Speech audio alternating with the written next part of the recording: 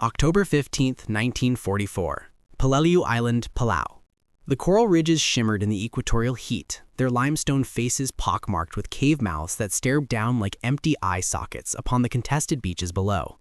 From one such opening, a Japanese machine gun crew watched something impossible materialize through the dust and smoke. A Sherman tank with no turret, its hull topped instead by a massive steel blade angled forward like the prow of some mechanical god.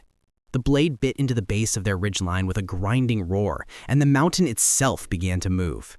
Coral that had stood for 10,000 years crumbled and slid as the dozer reversed, then surged forward again, its tracks clawing for purchase, its engine screaming defiance at geology itself.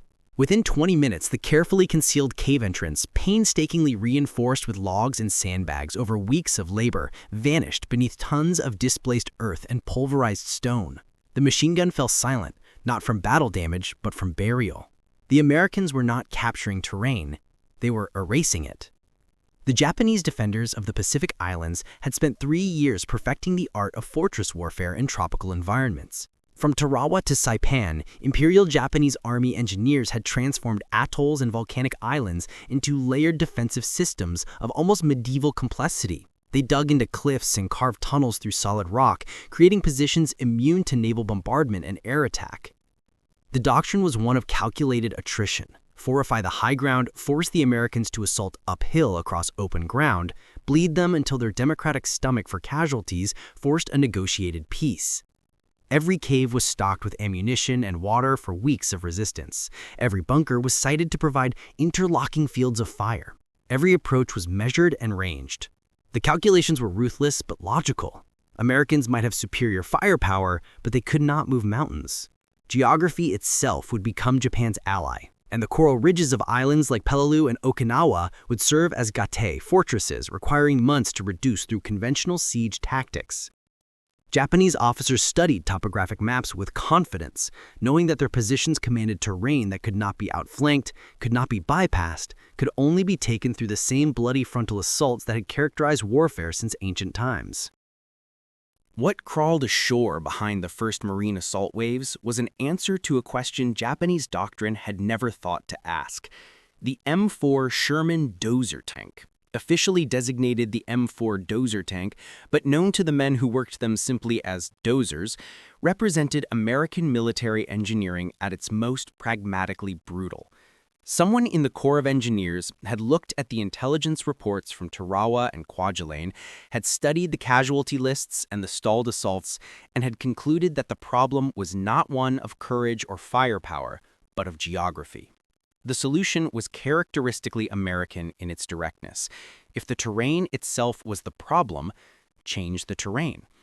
By late 1944, Sherman tanks were being modified with hydraulically operated bulldozer blades, massive steel assemblies capable of moving cubic yards of earth and coral, powered by the tank's own engine and protected by armor that could withstand most Japanese anti-tank weapons. These were not engineering vehicles in the traditional sense, not meant for road building or rear area construction. These were assault weapons designed to accompany infantry into the worst killing grounds and physically reshape the battlefield under fire. The first time Japanese defenders witnessed a Sherman Dozer methodically dismantling their fortifications, the reports filtering back to Imperial headquarters carried an edge of incomprehension that went beyond tactical surprise.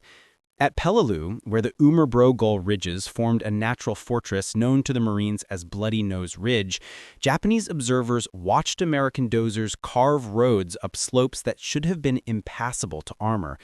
They watched entire hillsides collapse as dozers undercut their foundations, burying defensive positions that had taken weeks to construct.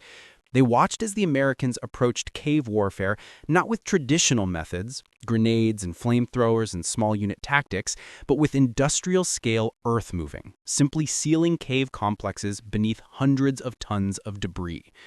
Colonel Nakagawa Kunio, commanding the Japanese garrison, had planned for a 3-day American assault to drag into 3 months of attritional bloodletting. The presence of dozers did not make the battle short. Peleliu still consumed over 2 months, but it transformed the mathematics. Where Japanese doctrine expected weeks of siege warfare to clear a single fortified ridge, American dozers created new approach routes in days, collapsed tunnels in hours, and turned geography from an ally into a traitor. For Japanese soldiers raised in a military culture that emphasized spiritual fortitude and acceptance of death, there was something profoundly demoralizing about watching machines casually undo months of human labor.